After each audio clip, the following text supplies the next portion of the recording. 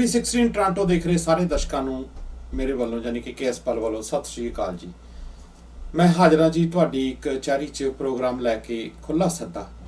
ਉਮੀਦ ਕਰਦਾ ਕਿ ਤੁਹਾਨੂੰ ਅੱਜ ਵਾਲਾ ਪ੍ਰੋਗਰਾਮ ਜਿਹੜਾ ਹੈ ਉਹ ਪਸੰਦ ਆਵੇਗਾ। ਆਪਾਂ ਅੱਜ ਦੇ ਵਿਸ਼ੇ ਦੇ ਉੱਤੇ ਗੱਲਬਾਤ ਜਿਹੜੀ ਆ ਉਹ ਕਰਦੇ ਹੈਗੇ ਆ। ਅੱਜ ਜਿਹੜੀ ਗੱਲਬਾਤ ਮੈਂ ਤੁਹਾਡੇ ਨਾਲ ਕਰਨ ਲੱਗਿਆ, ਇਹ ਗੱਲਬਾਤ ਇਹ ਹੈਗੀ ਆ ਕਿ ਆਮ ਲੋਕਾਂ ਦੇ ਵਿੱਚ ਜੋ ਚੱਲ ਰਿਹਾ ਵਰਤਾਰਾ ਹੁੰਦਾ, ਚਾਹੇ ਸਰਕਾਰ ਕੋਈ ਵੀ ਹੋਵੇ, ਉਹ ਆਮ ਲੋਕਾਂ ਦੇ ਵਿੱਚ ਜਿਹੜੀ ਆ ਉਹ ਸਮਝ ਹੋਰ ਤਰ੍ਹਾਂ ਦੀ ਬਣਦੀ ਆ। ਸਰਕਾਰ ਕਿਸੇ ਹੋਰ ਤਰੀਕੇ ਨਾਲ ਕੰਮ ਕਰ ਰਹੀ ਹੁੰਦੀ ਆ। ਸੋ ਜ਼ਿਆਦਾਤਰ ਫਿਰ ਜਿਹੜਾ ਆਮ ਪਬਲਿਕ ਹੈਗੀ ਆ, ਆਮ ਲੋਕ ਨੇ, ਉਹ ਆਪਣੀ ਸਮਝ ਮੁਤਾਬਕ ਜਿਹੜੀ ਗੱਲਬਾਤ ਆ ਉਹ ਕਰਦੇ ਨੇ। ਪਹਿਲਾਂ ਤਾਂ ਇਹ ਗੱਲਬਾਤ ਜਿਹੜੀ ਸੀ ਉਹ ਸੀਮਤ ਰਹਿ ਜਾਂਦੀ ਸੀ ਕੁਝ ਸੱਥਾਂ ਤੱਕ, ਕੁਝ ਗਲੀਆਂ ਤੱਕ, ਕੁਝ ਮੁਹੱਲਿਆਂ ਤੱਕ ਜਾਂ ਕੁਝ ਪਾਰਕਾਂ ਤੱਕ। ਪਰ ਅੱਜ ਕੱਲ੍ਹ ਦੇ ਸਮੇਂ ਦੇ ਵਿੱਚ ਇਹ ਗੱਲਬਾਤ ਜਿਹੜੀ ਆ ਉਹ ਬੜੇ ਲੰਬੇ ਤੇ ਵੱਡੇ ਪੱਧਰ ਦੇ ਉੱਤੇ ਫੈਲਦੀ ਆ। ਉਹਦਾ ਕਾਰਨ ਹੈ ਸੋਸ਼ਲ ਮੀਡੀਆ। ਸੋਸ਼ਲ ਮੀਡੀਆ ਦੇ ਉੱਤੇ ਅਲੱਗ-ਅਲੱਗ ਪਲੇਟਫਾਰਮਾਂ ਦੇ ਉੱਤੇ ਲੋਕੀ ਵਰਤ ਕੇ ਇਸ ਨੂੰ ਤੇ ਆਪਣੇ ਤਰੀਕੇ ਦੇ ਨਾਲ ਉਹ ਜਿਸ ਤਰ੍ਹਾਂ ਦਾ ਸਰਕਾਰ ਵੱਲੋਂ ਨੈਰੇਟਿਵ ਸਿਰਜਿਆ ਜਾਂਦਾ, ਜਿਸ ਤਰ੍ਹਾਂ ਦਾ ਵਰਤਾਰਾ ਉਹ ਵਰਤਾ ਰਹੇ ਹੁੰਦੇ ਨੇ, ਉਹਦੇ ਮੁਤਾਬਕ ਅਸੀਂ ਸਮਝ ਹਾਂ ਜਾਂ ਨਾ ਪੱਖ ਦੇ ਵਿੱਚ ਬਣਾ ਕੇ ਤੇ ਉਹ ਅੱਗੇ ਉਹਦਾ ਫੈਲਾਅ ਕਰ ਦਿੰਦੇ ਹੈਗੇ ਆ। ਉਹ ਕਿਸੇ ਹੱਦ ਤੱਕ, ਬਹੁਤ ਹੱਦ ਤੱਕ ਉਹ ਜਿਹੜੀ ਆ ਨੁਕਸਾਨਦੇਹ ਹੁੰਦੀ ਆ ਤੇ ਬਹੁਤ ਘੱਟ ਕਿਤੇ ਫਾਇਦੇਮੰਦ ਜਿਹੜੀ ਆ ਉਹ ਹੁੰਦੀ ਆ। ਤੇ ਫਿਰ ਸੋਸ਼ਲ ਮੀਡੀਆ ਦੇ ਉੱਤੇ ਅਲੱਗ ਤਰ੍ਹਾਂ ਦੇ ਨਾਲ ਇੱਕ ਲੜਾਈ ਵੇਖਣ ਨੂੰ ਸਾਨੂੰ ਵੱਡੇ ਰੂਪ ਦੇ ਵਿੱਚ ਜਿਹੜੀ ਆ ਉਹ ਮਿਲ ਜਾਂਦੀ ਹੈਗੀ ਆ। ਸੋ ਇਹ ਵੀ ਇੱਕ ਨੁਕਸਾਨਦੇਹ ਆ। એનર્ਜੀ ਵੇਸਟ ਦਾ ਜਿਹੜਾ ਕੰਮ ਅਸੀਂ ਜਿਹੜਾ ਉਹ ਕਰਦੇ ਹੈਗੇ ਆ। ਸੋ ਇਸ ਸਾਰੇ ਵਰਤਾਰੇ ਨੂੰ ਜਦੋਂ ਅਸੀਂ ਚੰਗੀ ਤਰ੍ਹਾਂ ਘੋਖਦੇ ਹਾਂ, ਵਿਚਾਰਦੇ ਹਾਂ, ਤੇ ਫਿਰ ਜਦੋਂ ਕਦੀ ਅਸੀਂ ਗੱਲਬਾਤ ਇਸ ਦੇ ਬਾਰੇ ਕਰਦੇ ਹਾਂ ਤੇ ਫਿਰ ਕਈ ਲੋਕਾਂ ਨੂੰ ਇਹ ਗੱਲ ਚੰਗੀ ਨਹੀਂ ਲੱਗਦੀ। ਉਹਦਾ ਕਾਰਨ ਇਹ ਹੁੰਦਾ ਕਿ ਉਹ ਆਪਣੇ ਮਨ ਦੇ ਵਿੱਚ ਇੱਕ ਰੂਪ ਸਜਾ ਕੇ ਬੈਠ ਜਾਂਦੇ ਨੇ, ਇੱਕ ਅਲੱਗ ਤਰ੍ਹਾਂ ਦਾ ਆਪਣਾ ਵਿਚਾਰ ਜਿਹੜਾ ਸਰਕਾਰੀ ਜੰਤਰ ਤੰਤਰ ਨੇ ਉਹਨਾਂ ਦੇ ਦਿਮਾਗ ਦੇ ਵਿੱਚ ਪਾਤਾ, ਉਹ ਫਿਰ ਲੈ ਕੇ ਉਹ ਚੱਲੀ ਜਾਂਦੇ ਨੇ। ਇਹ ਗੱਲ ਉਸ ਖਿੱਤੇ ਦੇ ਵਿੱਚ ਵੀ, ਜਿਸ ਖਿੱਤੇ ਦੇ ਨਾਲ ਸੰਬੰਧਿਤ ਹੁੰਦੀ ਆ, ਉੱਥੇ ਵੀ ਇਸ ਤਰ੍ਹਾਂ ਦੇ ਨਾਲ ਹੀ ਲੋਕਾਂ ਦੀ ਸਮਝ ਬਣਦੀ ਆ। ਤੇ ਉਸੇ ਤਰ੍ਹਾਂ ਦੀ ਸਮਝ ਜਦੋਂ ਉਹ ਬਾਹਰ ਬੈਠੇ ਲੋਕ ਜਿਹੜੇ ਨੇ, ਬਾਹਰ ਦੀਆਂ ਕੰਟਰੀਆਂ ਦੇ ਵਿੱਚ ਪੰਜਾਬ ਨੂੰ ਪਿਆਰ ਕਰਨ ਵਾਲੇ ਜਿਹੜੇ ਲੋਕ ਨੇ, ਉਹ ਫਿਰ ਉਸ ਤਰ੍ਹਾਂ ਦਾ ਜਿਹੜਾ ਇੱਕ ਆਪਣਾ ਮਨ, ਇੱਕ ਤਰ੍ਹਾਂ ਦਾ ਵਿਚਾਰ ਜਿਹੜਾ ਉਹ ਬਣਾ ਲੈਂਦੇ ਨੇ। ਮੈਨੂੰ ਕਈ ਵਾਰੀ ਇਹ ਗੱਲ ਸਮਝ ਨਹੀਂ ਆਉਂਦੀ ਕਿ ਖਾਸ ਤੌਰ ਦੇ ਉੱਤੇ ਬਾਹਰ ਜਿਹੜੇ ਲੋਕ ਬੈਠੇ ਨੇ, ਉਹ ਲੋਕ ਸੋਸ਼ਲ ਮੀਡੀਆ ਦੇ ਉੱਤੇ ਜਾਂ ਉਹਨਾਂ ਸਰਕਾਰਾਂ ਦੇ IT ਸੈੱਲ ਦੇ ਘੇਰੇ 'ਚ ਬਹੁਤ ਵੱਡੇ ਰੂਪ ਦੇ ਵਿੱਚ ਆਉਂਦੇ ਨੇ। ਉਸ ਘੇਰੇ ਦੇ ਵਿੱਚ ਉਲਝ ਜਾਂਦੇ ਨੇ। ਫਿਰ ਉਹਨਾਂ ਦਾ ਉਲਝਣ ਦਾ ਜਿਹੜਾ ਵੱਡਾ ਕਾਰਨ ਇਹ ਹੈਗਾ ਕਿ ਉਹ ਬਹੁਤ ਸਾਰੇ ਮੀਡੀਆ ਨੂੰ ਸੁਣਦੇ ਨੇ, ਕੁਝ ਸੋਸ਼ਲ ਮੀਡੀਆ ਸੁਣਦੇ ਨੇ, ਕੁਝ ਰੇਡੀਓ ਟੈਲੀਵਿਜ਼ਨ ਨੂੰ ਸੁਣਦੇ ਨੇ। ਉਹਨਾਂ ਮੁਤਾਬਕ ਆਪਣੀ ਜਿਹੜੀ ਆ ਉਹ ਸਮਝ ਬਣਾ ਕੇ ਤੇ ਫਿਰ ਉਹ ਆਪਣੀ ਵਿਚਾਰ ਜਿਹੜੀ ਆ ਉਹ ਅਲੱਗ-ਅਲੱਗ ਪਲੇਟਫਾਰਮਾਂ ਤੇ ਦੇਣ ਦੀ ਕੋਸ਼ਿਸ਼ ਕਰਦੇ ਨੇ। ਪਰ ਉਹਦੇ ਵਿੱਚ ਸਾਰੀ ਦੀ ਸਾਰੀ ਜਾਣਕਾਰੀ ਹੁੰਦੀ ਆ। ਜਾਣਕਾਰੀ ਦੇ ਵਿੱਚ ਸਮਝਦਾਰੀ ਜਿਹੜੀ ਆ, ਆਪਣੀ ਇਨਪੁਟ ਜਿਹੜੀ ਆ, ਉਹਨੂੰ ਅਸੀਂ ਪਿੱਛੇ ਰੱਖ ਦਿੰਦੇ ਆ। ਅਸੀਂ ਉਸ ਤਰੀਕੇ ਦੇ ਨਾਲ, ਦਿਮਾਗ ਦੇ ਨਾਲ ਅਸੀਂ ਜਿਹੜੀ ਏਜੰਸੀਆਂ ਖੇਡ ਰਹੀਆਂ ਨੇ, ਉਹਨਾਂ ਤੋਂ ਅਸੀਂ ਕੋਹਾਂ ਦੂਰ ਕਿਤੇ ਬੈਠੇ ਹੁੰਨੇ ਆ। ਇਸੇ ਕਰਕੇ ਹੀ ਦੋ ਉਦਾਹਰਨਾਂ ਤੁਹਾਡੇ ਨਾਲ ਉਹ ਕਰਨੀਆਂ ਚਾਹਾਂਗਾ। ਜਿੱਦਾਂ ਅੱਜ ਕੱਲ੍ਹ ਦੇ ਸਮੇਂ ਦੇ ਵਿੱਚ ਜਦੋਂ ਕੋਈ ਕਾਲ ਜਾਂ ਜਦੋਂ ਕੋਈ ਲੀਡਰ ਜਿਹੜਾ ਜਾਂ ਕੋਈ ਗੱਲਬਾਤ ਕਰਦਾ ਪੰਜਾਬ ਸਰਕਾਰ ਦੇ ਉਲਟ, ਤਾਂ ਉਦੋਂ ਲੋਕ ਉਹਨੂੰ ਪੈ ਤੁਰਦੇ ਨੇ, ਲੋਕ ਉਹਦੇ ਖਿਲਾਫ ਹੋ ਜਾਂਦੇ ਨੇ, ਜਾਂ ਲੋਕ ਉਹਨਾਂ ਨਾਲ ਉਹੋ ਜਿਹੀਆਂ ਗੱਲਾਂ ਕਰਦੇ ਨੇ ਕਿ ਦੇਖੋ ਜੀ ਬਹੁਤ ਵੱਡੇ ਕੰਮ ਤੇ ਬਹੁਤ ਕੁਛ ਜਿਹੜਾ ਉਹ ਸਿਖਾਵੇਂ ਰੂਪ ਦੇ ਵਿੱਚ ਹੁੰਦਾ, ਤੁਸੀਂ ਬਦਨਾਮੀ ਕਰ ਰਹੇ ਹੋ। ਤੇ ਇੱਥੋਂ ਤੱਕ ਕਿ ਕਿਸਾਨਾਂ ਦੇ ਬਹੁਤ ਸਾਰੇ ਹਮਾਇਤੀ, ਕਿਸਾਨਾਂ ਦੇ ਪੁੱਤ, ਕਿਸਾਨਾਂ ਦੇ ਨਾਲ ਚੱਲਣ ਵਾਲੇ ਲੋਕ ਜਿਹੜੇ ਕਿ ਕਿਸਾਨ ਹਤੈਸ਼ੀ ਹੋਣ ਦਾ ਦਾਅਵਾ ਕਰਕੇ ਕਿਸਾਨ ਮੋਰਚੇ ਨੂੰ ਬੜੀ ਵੱਡੀ ਸਪੋਰਟ ਦੇ ਕੇ ਤੇ ਅੱਜ ਜੇ ਕੋਈ ਕਿਸਾਨ ਲੀਡਰ ਵੀ ਆ ਕੇ ਆਪਣੀ ਗੱਲਬਾਤ ਰੱਖਣੀ ਚਾਹਵੇ ਤੇ ਉਹਦੀ ਵੀ ਕੋਈ ਨਹੀਂ ਸੁਣਦਾ। ਉਹਨੂੰ ਵੀ ਕਹਿੰਦੇ ਆ ਕਿ ਨਹੀਂ, ਇਹ ਤੁਸੀਂ ਗਲਤ ਕਰਦੇ ਹੋ। ਤੇ ਜਦੋਂ ਕਿਸਾਨ ਮੋਰਚਾ ਲੱਗਿਆ ਸੀ ਤੇ ਜਦੋਂ ਉਦੋਂ ਕਦੀ ਕਿਸਾਨਾਂ ਦੇ ਲੀਡਰਾਂ ਦੇ ਵਿੱਚ ਕੋਈ ਗੱਲਬਾਤ ਜਿਹੜੀ ਆ ਉਹਨਾਂ ਦੇ ਪ੍ਰਤੀ ਕੋਈ ਗੱਲਬਾਤ ਹੁੰਦੀ ਸੀ ਤੇ ਉਦੋਂ ਇਹ ਲੋਕ ਹੀ ਪੈ ਤੁਰਦੇ ਸੀ ਉਹਨਾਂ ਨੂੰ ਕਿ ਭਾਈ ਤੁਸੀਂ ਤਾਂ ਇਹ ਮੋਰਚਾ ਫੇਲ ਕਰਾਉਣਾ, ਜਿੱਦਾਂ ਉਹ ਨੈਰੇਟਿਵ ਆਪਣਾ ਸਿਰਜਦੇ ਸੀ। ਤੇ ਉਦੋਂ ਇਹ ਗੱਲ ਕਹੀ ਜਾਂਦੀ ਸੀ ਕਿ ਭਾਈ ਤੁਸੀਂ ਮੋਰਚਾ ਫੇਲ ਕਰਾਓਗੇ, ਤੁਸੀਂ ਮੋਰਚੇ ਨੂੰ ਕਾਮਯਾਬ ਨਹੀਂ ਹੋਣ ਦਿੰਦੇ। ਇਹ ਗੱਲ ਹੁਣ ਤੁਹਾਨੂੰ ਜਿਹੜੀ ਆ ਉਹ ਇਹ ਆਮ ਆਦਮੀ ਪਾਰਟੀ ਵਾਲੀ ਦੀ ਸਰਕਾਰ ਵੇਲੇ ਸਾਨੂੰ ਸੁਣਨ ਕੇ ਬੜੇ ਹਮਾਇਤੀ ਜਿਹੜੇ ਲੋਕ ਨੇ ਉਹ ਜਿਹੜੇ ਨੇ ਉਹ ਪੈ ਤੁਰਦੇ ਨੇ ਜਦੋਂ ਕੋਈ ਆਪੋਜੀਸ਼ਨ ਲੀਡਰ ਦੇ ਤੌਰ ਦੇ ਉੱਤੇ ਜਾਂ ਕੋਈ ਆਪੋਜੀਟ ਪਾਰਟੀ ਦਾ ਬੰਦਾ ਆਣ ਕੇ ਸਹੀ ਗੱਲ ਕਰਨ ਦੀ ਕੋਸ਼ਿਸ਼ ਵੀ ਕਰਦਾ ਤੇ ਉਹਦੇ ਪੈਰਾਂ ਦੇ ਪਾਣੀ ਨਹੀਂ ਪੈਣ ਦਿੰਦੇ, ਉਹਨੂੰ ਉਦੋਂ ਉਹਦੀ ਗਾਲੀਓ ਗਾਲੀ ਹੋਣ ਤੱਕ ਚਲੇ ਜਾਂਦੇ ਨੇ। ਪਰ ਮੈਨੂੰ ਇੱਕ ਗੱਲ ਸਮਝ ਨਹੀਂ ਆਉਂਦੀ ਹੈਗੀ ਕਿ ਜੇ ਤੁਸੀਂ ਅਸਲੀਅਤ ਦੇ ਉੱਤੇ ਆਪਣੇ ਪਰਦਾ ਪਾਓਗੇ, ਅਸਲੀਅਤ ਤੋਂ ਤੁਸੀਂ ਕੋਹਾਂ ਦੂਰ ਭੱਜੋਗੇ ਤੇ ਸਰਕਾਰਾਂ ਦੇ ਆਈਟੀ ਸੈੱਲ ਦੇ ਜਾਲ 'ਚ ਤੁਸੀਂ ਪਹਿਲਾਂ ਵੀ ਫਸੇ ਤੇ ਹੁਣ ਵੀ ਫਸ ਰਹੇ ਹੋ, ਤੇ ਫਿਰ ਤੁਸੀਂ ਆਪਣੇ ਦਿਮਾਗ ਨੂੰ ਵਰਤੋਗੇ ਕਦੋਂ? ਆਪਣੇ ਦਿਮਾਗ ਦੀ ਵਰਤੋਂ ਕਦੋਂ ਕਰੋਗੇ ਕਿ ਕਿਹੜੀ ਚੀਜ਼ ਸਹੀ ਆ ਜਾਂ ਕਿਹੜੀ ਗਲਤ ਆ?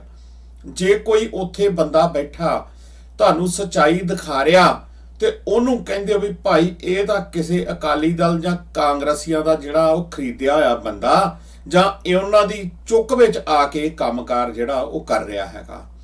ਪਰ ਸੱਚਾਈ ਜਿਹੜੀ ਹੁੰਦੀ ਆ ਉਹ ਛੁਪਦੀ ਤਾਂ ਨਹੀਂ, ਤੇ ਝੂਠ ਜਿਹੜਾ ਹੁੰਦਾ ਉਹ ਕੋਠੇ ਚੜ ਕੇ ਨੱਚਦਾ ਹੈਗਾ।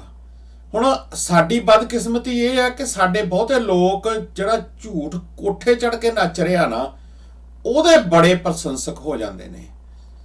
ਸੋ ਜੇ ਕੋਈ ਚੰਗਾ ਕੰਮ ਕਰੇ ਤੇ ਉਹਦੀ ਸਲਾਹਨਾ ਕਰਨੀ ਚਾਹੀਦੀ ਆ, ਪਰ ਐਡਾ ਵੀ ਕਿਸੇ ਬੰਦੇ ਨੂੰ ਐਦਾਂ ਨਹੀਂ ਕਰ ਲੈਣਾ ਚਾਹੀਦਾ ਕਿ ਭਾਈ ਹੁਣ ਤੁਸੀਂ ਰੱਬ ਸਮਝ ਕੇ ਹੀ ਅਗਲੇ ਨੂੰ ਪੂਜੀ ਜਾਓ ਤੇ ਅਗਲਾ ਆਪਣੀਆਂ ਮਨਮਰਜ਼ੀਆਂ ਕਰੀ ਜਾਓ ਤੇ ਜਿਹੜੀਆਂ ਉਹਦੀਆਂ ਮਨਮਰਜ਼ੀਆਂ ਨੇ ਉਹਨਾਂ ਨੂੰ ਵੀ ਤੁਸੀਂ ਜਿਹੜਾ ਉਹ ਇਗਨੋਰ ਕਰਕੇ ਤੇ ਦੂਜਿਆਂ ਦੇ ਤੁਸੀਂ ਦੁਆਲੇ ਡੰਡਾ ਫੇਰੀ ਜਾਓ ਜਾਂ ਦੂਜਿਆਂ ਸਵਾਲੇ ਤੁਸੀਂ ਗਾਲੋ ਗਲੀ ਹੋਈ ਚਲੋ। ਇਹ ਗੱਲ ਖਾਸ ਤੌਰ ਤੇ ਬਾਹਰ ਬੈਠੇ ਲੋਕਾਂ ਦੇ ਬੜੀ ਜ਼ਿਆਦਾ ਢੁੱਕਦੀ ਹੈਗੀ ਆ। ਕਈ ਵਾਰੀ ਇਹ ਸੋਚਣ ਤੇ ਮਜਬੂਰ ਹੋ ਜਾਈਦਾ ਕਿ ਭਾਈ ਸਾਨੂੰ ਸਮਝ ਕਦੋਂ ਬਣਨੀ ਆ, ਸਾਨੂੰ ਸਮਝ ਕਦੋਂ ਜਿਹੜੀ ਆ ਉਹ ਆਉਣੀ ਹੈਗੀ ਆ।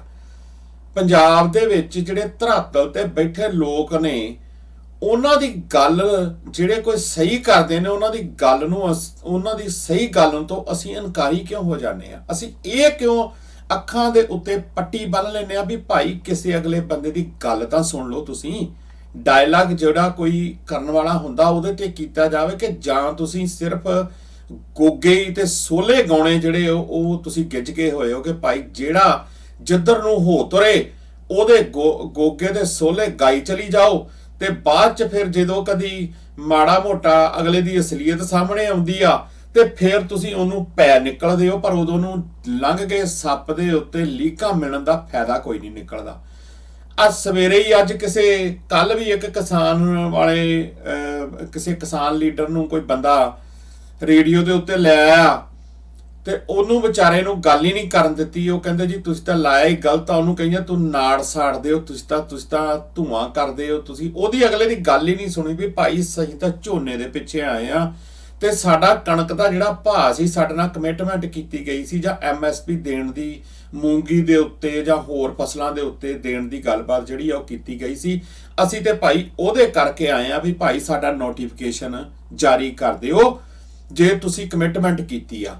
ਤੇ ਜੇ ਭਾਈ ਕਮਿਟਮੈਂਟ ਕੀਤੀ ਆ ਤੇ ਨੋਟੀਫਿਕੇਸ਼ਨ ਤਾਂ ਜਾਰੀ ਕਰਨਾ ਚਾਹੀਦਾ, ਉਹਦੇ ਵਾਸਤੇ ਟਾਈਮ ਦੀ ਕੀ ਜ਼ਰੂਰਤ ਆ? ਸਾਡੇ ਲੋਕਾਂ ਨੂੰ ਇਹ ਗੱਲ ਅਸਲ ਦੇ ਵਿੱਚ ਸਮਝ ਨਹੀਂ ਆਉਂਦੀ ਕਿ ਸਰਕਾਰਾਂ ਜਿਹੜੀਆਂ ਨੇ ਉਹ ਕੰਮਕਾਰ ਕਿੱਦਾਂ ਕਰਦੀਆਂ ਨੇ ਤੇ ਉਹਨਾਂ ਨੂੰ ਅਸਲ 'ਚ ਕੰਮਕਾਰ ਦਾ ਤਰੀਕਾ ਕੀ ਹੋਣਾ ਚਾਹੀਦਾ ਜਾਂ ਤਰੀਕਾ। ਹੁਣ ਜਿਹੜੇ ਲੋਕ ਸਰਕਾਰੀ ਕੰਮਾਂ ਦੇ ਨਾਲ ਜਿਹੜਾ ਉਹ ਚੰਗੀ ਤਰ੍ਹਾਂ ਦੇ ਨਾਲ ਜਾਣੂ ਨੇ ਉਹਨਾਂ ਲੋਕਾਂ ਨੂੰ ਇਸ ਗੱਲ ਦੀ ਸੜੀ ਉਹ ਬੜੀ ਚੰਗੀ ਤਰ੍ਹਾਂ ਨਾਲ ਸਮਝ ਆ। ਪਰ ਅਸੀਂ ਜਦੋਂ ਸਰਕਾਰ ਕਿੱਦਾਂ ਕੰਮ ਕਰਦੀ ਆ ਜਾਂ ਕਿੱਦਾਂ ਉਹਨੂੰ ਕੰਮ ਕਰਨਾ ਚਾਹੀਦਾ, ਸਾਡੇ ਇੱਕੋ ਹੀ ਲੋਕਾਂ ਨੇ ਢਡੋਰਾ ਪਿੱਟਿਆ ਹੋਇਆ ਤੁਸੀਂ ਇਹਨਾਂ ਨੂੰ ਟਾਈਮ ਦੇ ਦਿਓ, ਇਹਨਾਂ ਨੂੰ ਤੁਸੀਂ ਟਾਈਮ ਦੇ ਦਿਓ। ਉਹਨਾਂ ਨੂੰ ਇਹ ਨਹੀਂ ਪਤਾ ਲੱਗਦਾ ਕਿ ਕਿਹੜੀ ਚੀਜ਼ ਵਾਸਤੇ ਟਾਈਮ ਇਹਨਾਂ ਨੂੰ ਚਾਹੀਦਾ ਹੁੰਦਾ ਤੇ ਕਿਹੜੀ ਚੀਜ਼ ਵਾਸਤੇ ਟਾਈਮ ਨਹੀਂ ਚਾਹੀਦਾ। ਇਹ ਗੱਲ ਦੀ ਜਿਹੜੀ ਆ ਉਹ ਸਾਨੂੰ ਸਮਝ ਨਹੀਂ ਪੈਂਦੀ ਲੋਕਾਂ ਨੂੰ कि भाई किहड़ी चीज़ वास्ते टाइम चाहिदा हुंदा। टाइम चाहिदा हुंदा किसी विकास कारजां नूं सिरे चढ़ाउण वास्ते टाइम की जरूरत हुंदी आ। ये गल एक सिंपल आ, इनू समझ लेना चाहिए। पर जे असी कोई सरकार ने कमिटमेंट कर दी, भाई आ कमिटमेंट आ तुहाडे नाल भई तुसी असी तुहाडीआं फसलां चक्कांगे, तुसी झोने की फसल ना लाओ, तुसी झोना घट कर दिओ ते असी तुहाडी जिहड़ी आ वो MSP दे दांगे। ते भाई राज सरकार आ, 92 बंदे तुहाडे अपने ने, विरोधता तुहाडी कोई है नहीं। आके तुसी विधान सभा च मता पास करो जां तुसी सरकार दे वल्लों एक नोटिफिकेशन जारी कर दिओ संबंधित महकमे दे राहीं।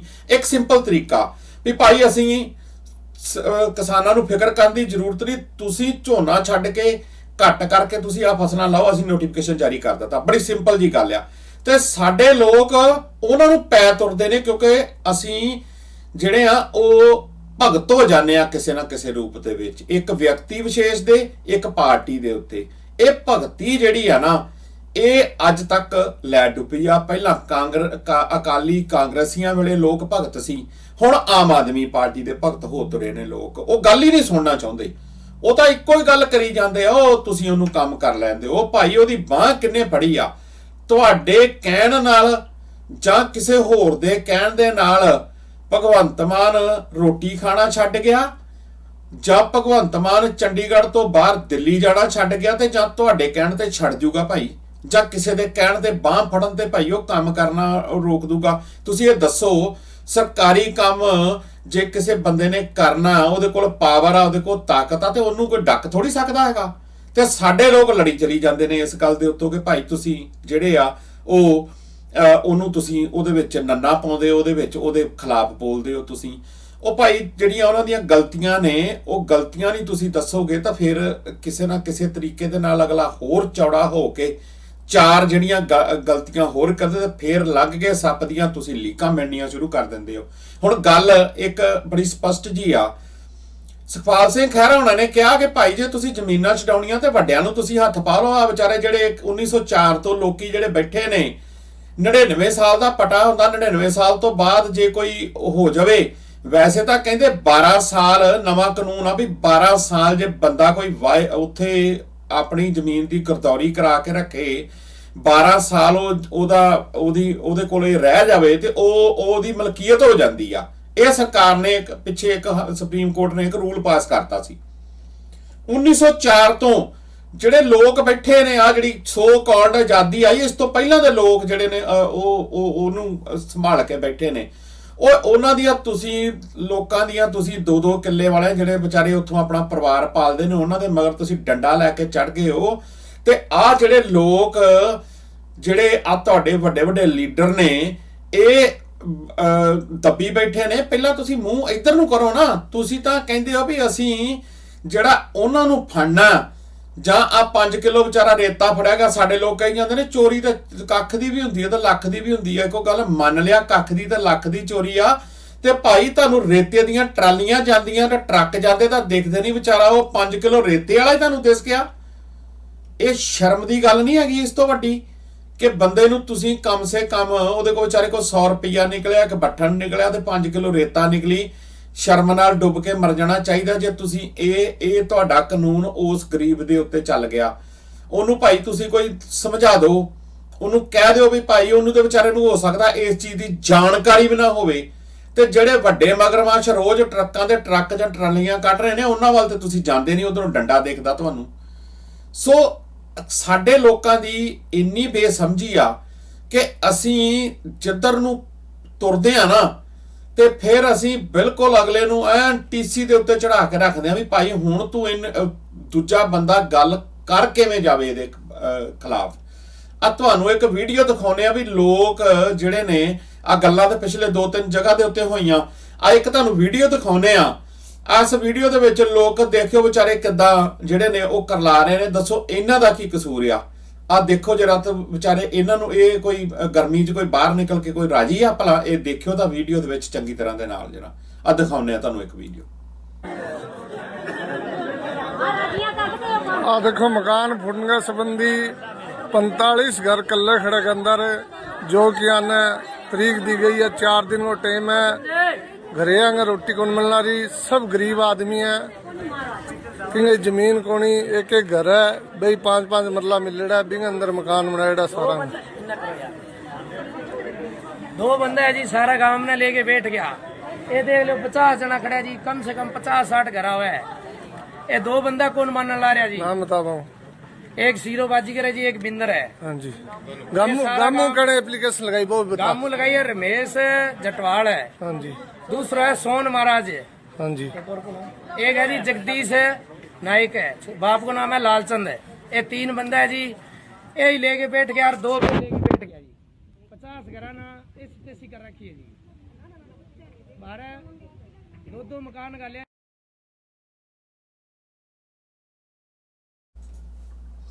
ਹੁਣ ਤੁਸੀਂ ਇਹ ਦੇਖੋ ਕਿ ਇਹਨਾਂ ਵਿਚਾਰਿਆਂ ਦਾ ਕੀ ਕਸੂਰ ਆ, ਕਿੱਡੀ ਕੁ ਵੱਡੀ ਗੱਲ ਹੈਗੀ ਆ।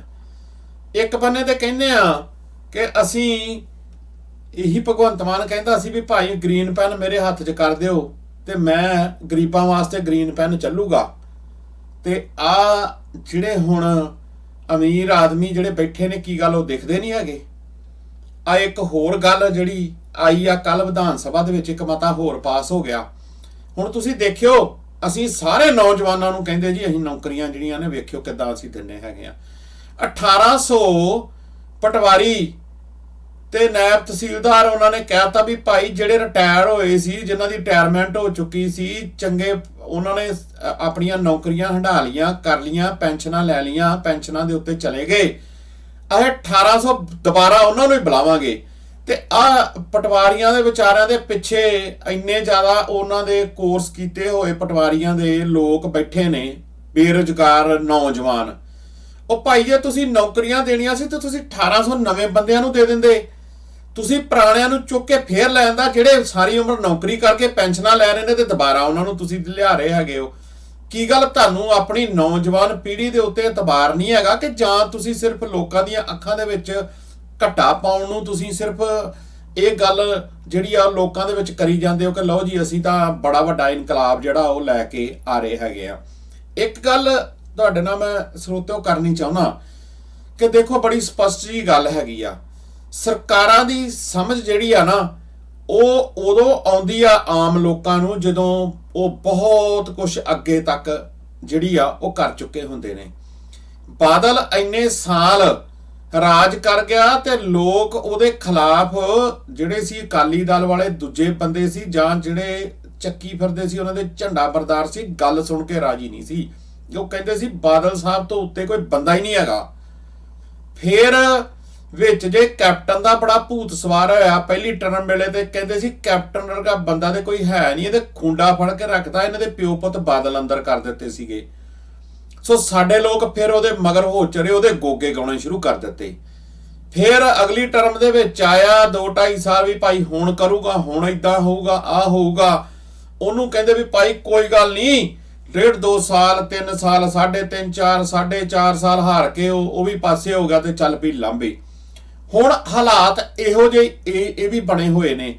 ਹੁਣ ਕੀ ਆ ਕਿ ਹੁਣ ਉਹ ਜਿਹੜੇ ਸੀਗੇ ਉਹਨਾਂ ਕੋਲ ਪੁਰਾਣੀਆਂ ਸਿਆਸਤਾਂ ਦੇ ਥੋੜੇ ਤਜਰਬੇ ਸੀਗੇ, ਉਹ ਅਲੱਗ ਤਰੀਕੇ ਨਾਲ ਚੱਲਦਾ ਸੀ। ਇੱਥੇ ਹੈਗਾ ਲਾਲਾ ਕੇਜਰੀਵਾਲ, ਜਿੰਨੇ ਬੜੇ ਵੱਡੇ IT ਸੈੱਲ ਜਿਹੜੇ ਨੇ ਉਹ ਰੱਖੇ ਹੋਏ ਨੇ, ਬੜਾ ਪੈਸਾ ਕਈ 100 ਕਰੋੜ ਰੁਪਈਆ ਖਰਚਦੇ ਨੇ IT ਸੈੱਲ ਦੇ ਉੱਤੇ।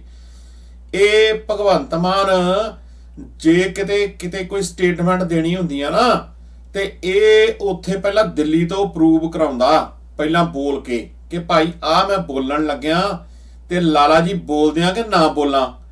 ਇੱਥੋਂ ਤੱਕ ਹਾਲਾਤ ਨੇ ਇਹਨਾਂ ਲੋਕਾਂ ਦੇ। ਤੇ ਇਹ ਕਹਿੰਦੇ ਆ ਵੀ ਅਸੀਂ ਪੰਜਾਬ ਦਾ ਜਿਹੜਾ ਉਹ ਬੜਾ ਭਲਾ ਕਰਦੇ ਨੇ, ਤੇ ਜਿਹੜੇ ਬਾਹਰ ਬੈਠੇ ਲੋਕ ਨੇ ਉਹ ਕਹਿੰਦੇ ਆ ਵੀ ਭਾਈ ਭਗਵੰਤ ਮਾਨ ਨੂੰ ਕੁਛ ਨਾ ਕਿਹੋ ਤੇ ਲਾਲੇ ਕੇਜਰੀਵਾਲ ਨੂੰ ਕੁਛ ਨਾ ਕਿਹੋ।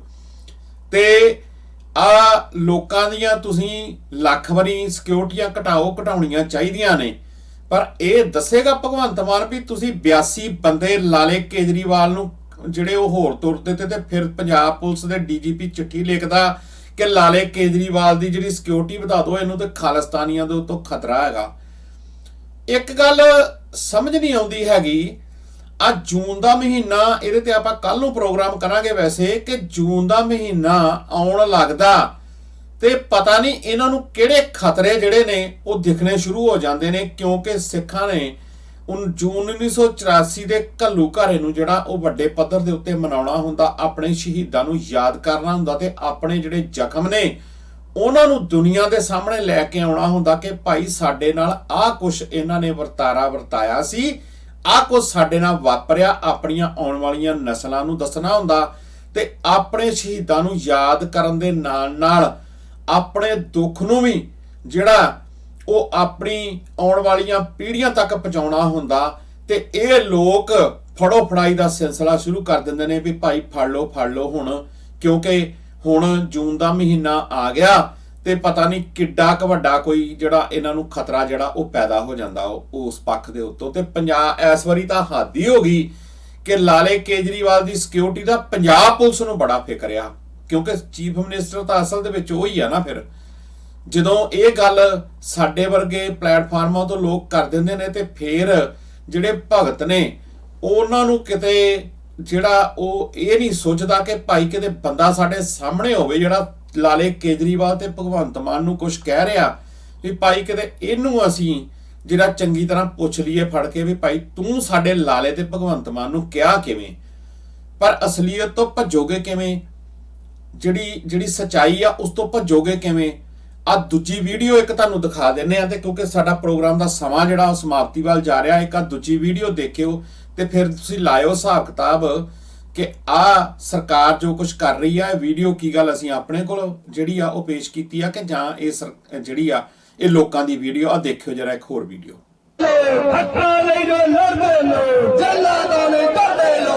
ਡਰਦੇ ਨੇ ਤੇਰੀ ਕੁਰਕੀ ਤੋਂ ਖਿੱਚ ਲਵਾਂਗੇ ਕੁਰਸੀ ਤੋਂ, ਡਰਦੇ ਨੇ ਤੇਰੇ ਗੁੰਡਿਆਂ ਤੋਂ ਖਿੱਚ ਲਵਾਂਗੇ ਗੁੰਡਿਆਂ ਤੋਂ।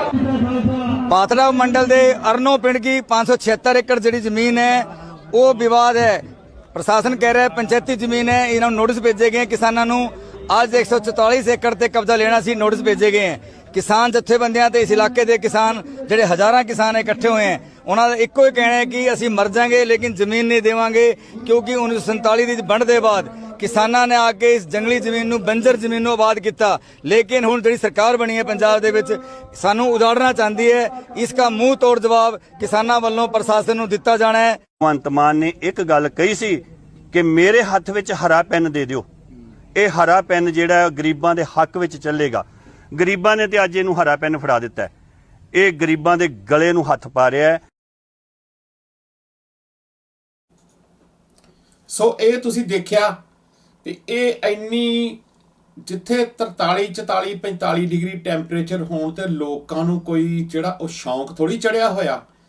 ਆ ਕੱਲ ਇੱਕ ਜਿਹੜੀ ਇਹਨਾਂ ਨੇ ਇੱਕ ਹੋਰ ਪਿਰਤ ਪਾਈ ਸੀ ਕਿ ਭਾਈ ਤੁਸੀਂ ਚੰਡੀਗੜ੍ਹ ਆ ਜਾਓ, ਤੁਹਾਡਾ ਪਹਿਲਾਂ ਬਾਦਲ ਜਿਹੜਾ ਸੀਗਾ ਉਹ ਖੁੱਲੇ ਦਰਸ਼ਨ ਕਰਦਾ ਹੁੰਦਾ ਸੀ ਸੰਗਤਾਂ ਦੇ, ਤੇ ਇਹ ਇੱਕ ਨਵੀਂ ਭਗਵੰਤ ਮਾਨ ਨੇ ਪਿਰਤ ਪਾਈ ਸੀ ਵੀ ਭਾਈ ਤੁਸੀਂ ਆ ਜਿਓ, ਦਰਬਾਰ ਉੱਥੇ ਲੱਗਣਾ। ਦਰਬਾਰ